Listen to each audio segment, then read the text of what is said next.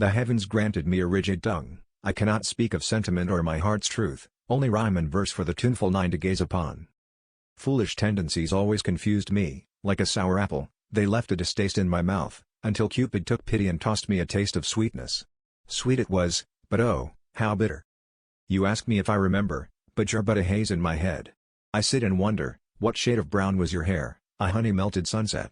Or was it a deeper hue, rich and warm?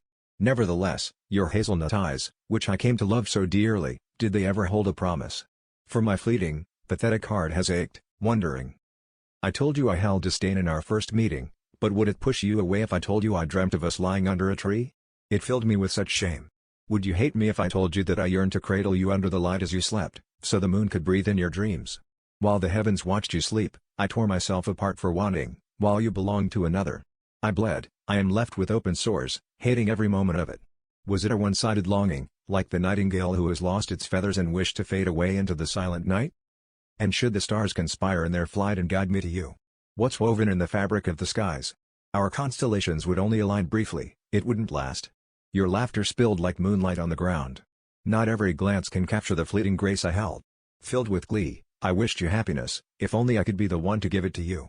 All my life, I treaded half-heartedly, bearing an ache only to be fooled by my own foolish heart. This time, it ached for a sweet lullaby. I wore my longing like a second skin, in shreds, I peeled away terrible sights, such self-disdain I held. While a part of me will always dwell, I am content with fate's path. I believe that no matter how much the sun adores its crest, the moon will always rise before ever seeing a glimpse of its beloved.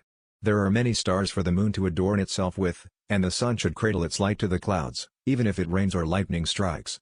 Both are fated to circle all eternity. You have made it to the end of my lame confession. While it might sound degenerated, I only asked it to add proper punctuation. Writing poetry using I defeats the entire purpose, and it's bound to sound cliché and generic anyways. I hope it filled a dreamer's heart, this confession of mine. If you happen to want to use any of it, I would highly appreciate if I am given credit, or simply reach out to me and I will be more than glad to give more of my poetry out in exchange for your story. It would also fill me with glee to have poetry pals. And if you're curious about this confession of mine, feel free to reach out. My socials: Discord, Cherry Blossom 01894.